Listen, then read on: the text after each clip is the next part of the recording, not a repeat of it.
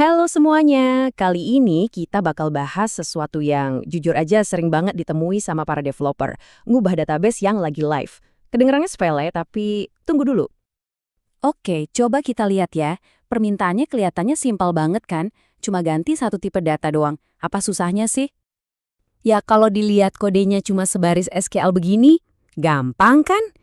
Eits, tapi di dunia software engineering profesional, kerjaan utamanya itu bukan cuma nulis perintahnya. Justru yang paling penting adalah apa yang kita lakuin sebelum dan sesudah perintah ini dieksekusi. Kenapa? Soalnya, kalau kita asal jalanin perintah tadi tanpa rencana yang mateng, wah, itu sama aja kayak kita jalan masuk ke ladang ranjau. Siap-siap aja sama ledakan masalah di mana-mana. Risiko pertama, dan ini yang paling parah, adalah kegagalan data. Data bisa rusak atau bahkan hilang selamanya pas proses konversi. Bayangin, data penting pelanggan tiba-tiba kacau balau. Ngeri kan? Terus, apa akibatnya kalau data rusak?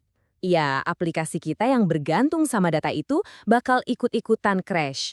Dan ini bukan cuma buat 1-2 pengguna, tapi bisa buat semua orang. Ujung-ujungnya, downtime. Layanan kita mati total, sementara kita pontang-panting benerin masalah. Nah, makanya poin utamanya di sini adalah kita wajib punya panduan yang profesional. Nggak bisa asal-asalan. Oke, fase pertama dari panduan kita ini bukan soal ngetik kode dulu.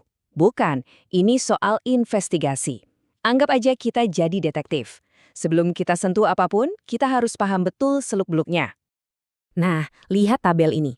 Ini keren banget karena memaksa kita buat nanya pertanyaan-pertanyaan penting. Tipe data aslinya beneran varchar nggak? Jangan-jangan udah beda. Terus ada nilai yang aneh nggak? Misalnya data non-numerik atau data kosong? Yang paling penting, kolom ini nyambung kemana aja di sistem kita. Ada view atau stored procedure yang pakai. Semua ini harus dicek. Dan ini nih langkah yang paling krusial, nggak boleh dilewatin. Kita harus validasi datanya langsung. Cek semua isinya, pastikan tiap baris data yang ada itu bisa dikonversi dengan aman ke tipe data yang baru. Jangan ada asumsi. Oke, investigasi beres. Sekarang kita masuk ke fase eksekusi. Anggap aja nih kayak operasi bedah. Harus presisi, hati-hati, dan terencana. Ini dia ciri-ciri seorang profesional sejati. Mereka selalu siapin tombol undo bahkan sebelum ngeklik tombol do. Lihat deh, kita udah siapin perintah rollback-nya. Jadi kalau ada apa-apa, kita udah tahu cara balikinnya. Siap sedia payung sebelum hujan. Prosedur eksekusinya sendiri harus ketat ya, safety first. Pertama, backup semua datanya. Wajib. Kedua, atur jadwalnya pas jam sepi biar nggak ganggu pengguna. Dan yang ketiga, ini penting banget. Coba dulu di lingkungan staging. Jangan pernah langsung coba di produksi. Tapi gimana kalau walaupun udah direncanain matang-matang, tetap aja ada yang salah? Nah, disinilah rencana rollback kita berperan. Ini adalah pintu darurat kita. Rencana B yang bisa jadi penyelamat di saat genting. Kalau sampai harus rollback, jangan panik. Ini bukan saatnya buat reaktif.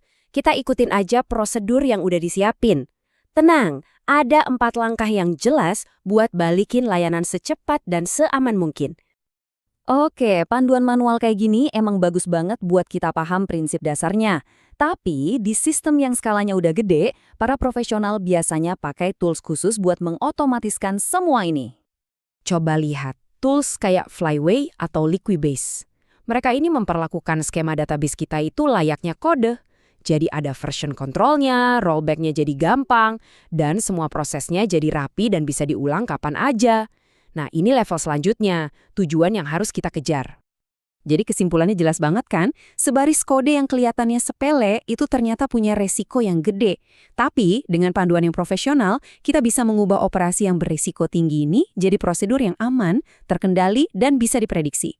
Pertanyaannya sekarang, untuk perubahan database Anda berikutnya, apakah Anda mau berjudi atau Anda punya rencana? Pilihan ada di tangan Anda.